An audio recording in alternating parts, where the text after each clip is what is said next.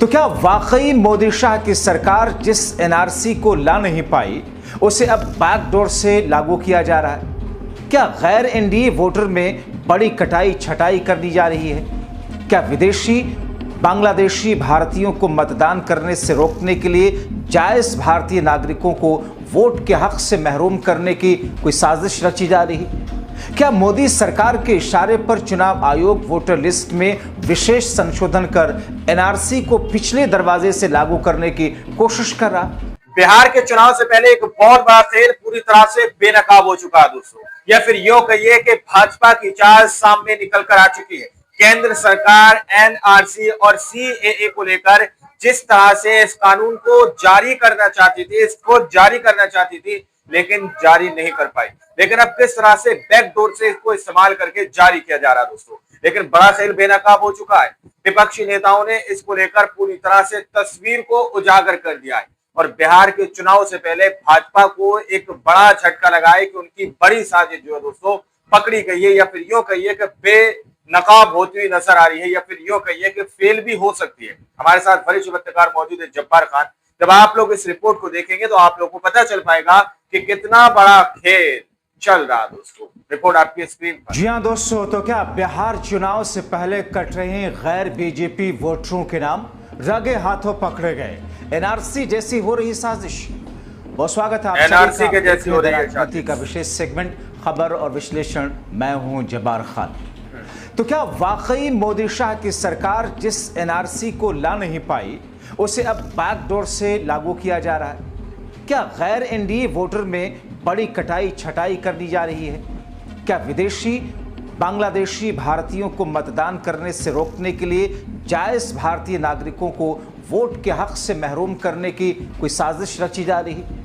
क्या मोदी सरकार के इशारे पर चुनाव आयोग वोटर लिस्ट में विशेष संशोधन कर एनआरसी को पिछले दरवाजे से लागू करने की कोशिश कर रहा?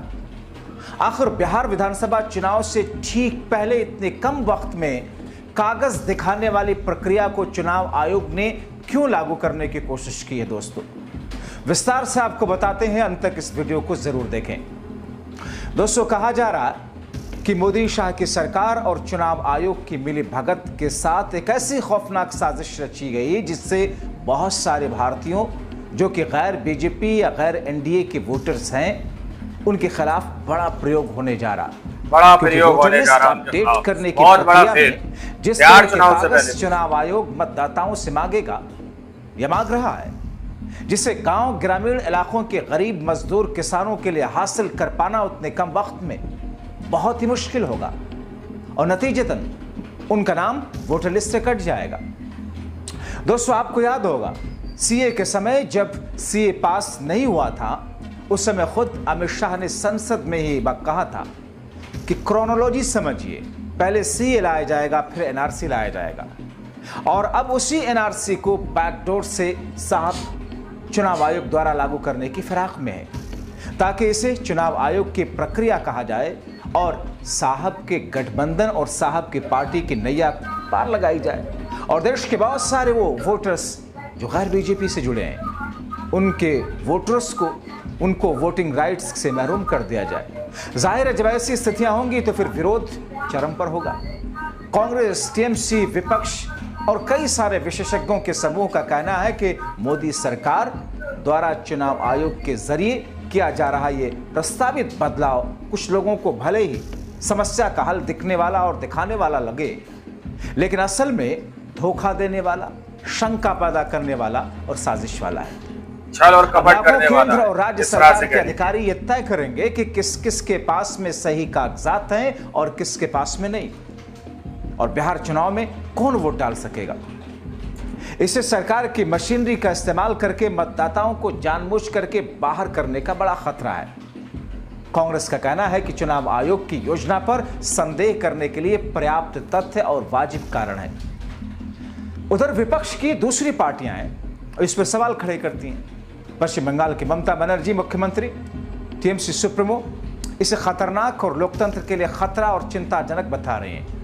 दोस्तों, दरअसल कहा जा रहा है कि मोदी सरकार द्वारा चुनाव आयोग के जरिए अब घर घर जाकर के वोटर लिस्ट का फिजिकल वेरिफिकेशन करने वाली प्रक्रिया, जिसमें वोट डालने के लिए कागज दिखाने की शर्त बहुत चतुराई से केंद्र की सरकार द्वारा तय की गई, जिसे चुनाव आयोग अंजाम देने जा रहा है। दरअसल इस कागजी प्रक्रिया में, जिसे बहुत खतरनाक साजिश बताया गया, ये कहा गया कि जिस मंशा से सीए एनआरसी के कॉम्बिनेशन के जरिए मोदी सरकार अपना एजेंडा हासिल करना चाहती थी, उसे अब वोटर लिस्ट की अपडेशन के बहाने हासिल करने में लगी है।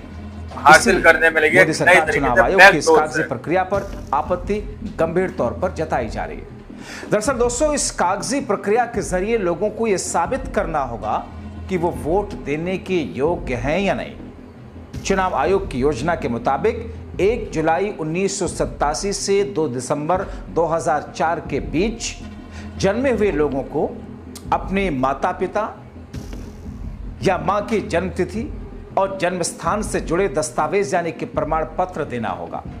2 दिसंबर 2004 के बाद पैदा हुए लोगों को अपने माता पिता दोनों के लिए साबित करना होगा। 1 जुलाई 1987 से पहले पैदा हुए लोगों को अपना जन्म स्थान और सर्टिफिकेट दिखाना होगा, तभी अपडेट वोटर लिस्ट में उनका नाम होगा। एक बार फिर से सुन लीजिए, यानी वोटर डालने के राइट्स छीने जा रहे हैं। दोस्तों, जो कहा गया चुनाव आयोग की तरफ से 1 जुलाई 1987 से 2 दिसंबर साल 2004 के बीच जन्मे लोगों को अपने पिता या मां की जन्म स्थिति या जन्म स्थान से जुड़े दस्तावेज जमा करने होंगे अगर वोटर लिस्ट में नाम चाहिए तो। 2 दिसंबर 2004 के बाद जो लोग पैदा हुए, अपने माता पिता दोनों के लिए यह साबित करना होगा कि 1 जुलाई 1987 से पहले पैदा हुए लोगों को अपना जन्म स्थान और सर्टिफिकेट दिखाना होगा। हालांकि चुनाव आयोग अपने इस कदम के पीछे तेजी से बढ़ते शहरीकरण यानी कि पलायन, लगातार एक जगह से दूसरी जगह जाने, विदेशी अवैध प्रवासियों के नाम यानी कि, और जो विदेशी लोग हैं खासतौर पर बांग्लादेशी, उनके नाम को हटाने का एक हवाला है और इन तमाम चीजों का हवाला देकर के इन आरोपों को शांत करने की कोशिश कर रहा है। दोस्तों, कांग्रेस का कहना है कि मोदी सरकार द्वारा चुनाव आयोग के जरिए उठाए जाने वाले इस कदम की ये घोषणा अपने आप में इस बात को मानने जैसा है कि भारत की मतदाता सूची में सब कुछ ठीक नहीं, और ये वही मुद्दा है जिसे वो महाराष्ट्र विधानसभा चुनाव में हार के बाद से लगातार जोर शोर से उठा रहे हैं। हालांकि कांग्रेस का कहना है कि चुनाव आयोग ने जो समाधान निकाला वो खुद समस्या से ज्यादा खतरनाक भी है। दोस्तों, कांग्रेस कहती है कि चुनाव आयोग ने 8 मार्च 2025 को आधार के जरिए मतदाताओं को साफ करने का प्रस्ताव रखा। यह तरीका पूरी तरीके से सही तो नहीं था, लेकिन बिहार में एसआईआर की तुलना में कहीं ज्यादा व्यवहारिक था। अब सवाल यह है कि चुनाव आयोग ने सिर्फ 3 महीने बाद अचानक आधार वाले प्रस्ताव को छोड़ करके एसआईआर लागू करने का फैसला क्यों किया। दोस्तों, महाराष्ट्र की मतदाता सूचियों को लेकर के कांग्रेस पार्टी की लंबे समय से उठाई जा रही मांग और पहले चुनाव आयोग का उस पर सख्त रुख, चुनाव आयोग का संदिग्ध रवैया देखने के बाद अब बिहार चुनाव से कुछ ही महीने पहले एसआरआई लागू करने की योजना पर शक करना बिल्कुल जायज है। कांग्रेस पार्टी एसआरआई का जोरदार विरोध कर रही है। उधर टीएमसी मुखिया पश्चिम बंगाल के मुख्यमंत्री ममता बनर्जी कहती हैं कि चुनाव आयोग मान्यता प्राप्त राज्य और राष्ट्रीय दलों से परामर्श किए बिना कोई ऐसा कदम नहीं उठा सकता। यह राष्ट्रीय नागरिक रजिस्टर यानी कि एनआरसी बनाने की योजना को पुनर्जीवित करने जैसा है। गरीब लोगों के पास दस्तावेज कहां से आएंगे? क्या एनआरसी लागू करने की तैयारी है? सरकार का इरादा है क्या? कृपया साफ साफ बताएं, इस देश में आखिर चल क्या रहा है? अब 1987 से 2004 के बीच जन्मे लोगों को निशाना बना रहे हैं, यानी कि 21 से 37-38 साल के बीच की उम्र वाले लोग, क्या सभी के पास में अपने माता पिता का जन्म प्रमाण पत्र होगा? इस तरह से कह लीजिए। आजकल तो कुछ लोगों के पास ये दस्तावेज होते हैं, लेकिन पहले ऐसा नहीं होता था। और वो कहती है ममता कि मोदी देश के प्रधानमंत्री हैं, पद की गरिमा और सम्मान उनका है, लेकिन चुनाव आयोग गृह मंत्री अमित शाह से जुड़ा है। असल में वही देश चला रहे हैं, लेकिन वो कुछ भी कर लें, उनकी चालों को बेनकाब करने आई हूं। ये मामला गंभीर है।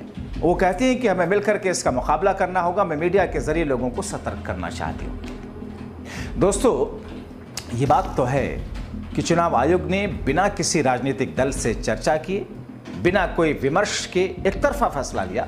कहा यह जा रहा कि साहब केंद्र सरकार के इशारे पर ऐसा फैसला लिया। ममता कहती हैं कि मोदी और चुनाव आयोग को लगता है कि राजनीतिक दल और राज्यों की गैर बीजेपी चुनी हुई सरकारें उनकी बंधुआ मजदूर हैं। ये मानसिकता लोकतंत्र को कमजोर करती है। ममता के मुताबिक चुनाव आयोग ने टीएमसी से बूथ लेवल एजेंट की जानकारी मांगी, जिसे टीएमसी ने देने से इनकार कर दिया। वो कहते हैं कि हम ऐसा क्यों करें, यह सब बीजेपी प्रचारकों की बनाई हुई योजना है, इसका डट करके विरोध करेंगे। आपको बताएं दोस्तों कि चुनाव आयोग का कहना है कि बिहार, बंगाल समेत 6 राज्यों में विशेष गहन मतदाता सूची पुनरीक्षण अभियान शुरू करने जा रही है चुनाव आयोग। इसका उद्देश्य अवैध विदेशी नागरिकों, एक राज्य से दूसरे राज्य में पलायन करके दूसरे राज्य के वोटर बने लोगों के नाम को हटाकर सूची अपडेट कर मतदाता सूची तैयार करना है। बिहार में इस साल के अंत में विधानसभा के चुनाव होने, इसलिए यह प्रक्रिया बिहार में शुरू की जा रही है।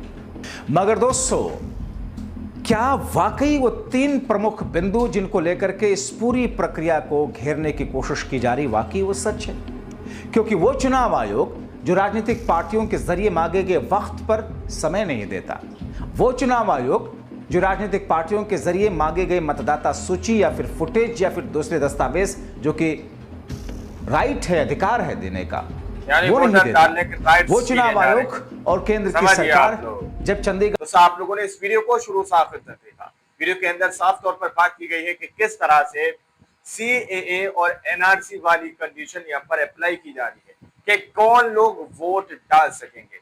बिहार चुनाव से पहले इस तरह की प्रक्रिया चुनाव आयोग के जरिए से शुरू की जा रही है। दोस्तों, जब्बार खान ने इस रिपोर्ट के अंदर A to Z आप लोगों को बताने की कोशिश की है कि किस तरह से अपना गला बचाते हुए केंद्र सरकार इलेक्शन कमीशन ऑफ इंडिया चुनाव आयोग के जरिए से एनआरसी वाला सिस्टम लागू करने की कोशिश कर रही है। दोस्तों, यानी कि सीधे तौर पर यह कहिए कि वोट कौन डाल सकता और कौन नहीं डाल सकता, ये सारे नियम जारी किए जा रहे हैं। पहले छटनी की जाएगी इस तरह से, मान लीजिए कि कौन वोट नहीं डाल सकते, जो वोट नहीं डाल सकते फिर उनके साथ क्या होगा, ये भी सवाल अपने आप में बहुत बड़ा है। जिस तरह से दस्तावेज, डॉक्यूमेंट्स मांगे जा रहे हैं, तो सवाल तो उतना वाजिब बनता है कि आखिर किस लिए इस तरह की प्रक्रिया को अंजाम दिया जा रहा है। दोस्तों, जिस तरह से विपक्षी नेता जिस बात का दावा कर रहे हैं कि बिहार के अंदर केंद्र सरकार की हालत इस वक्त पतली नजर आ रही है, तो किसी भी तरह की साठगांठ लगाकर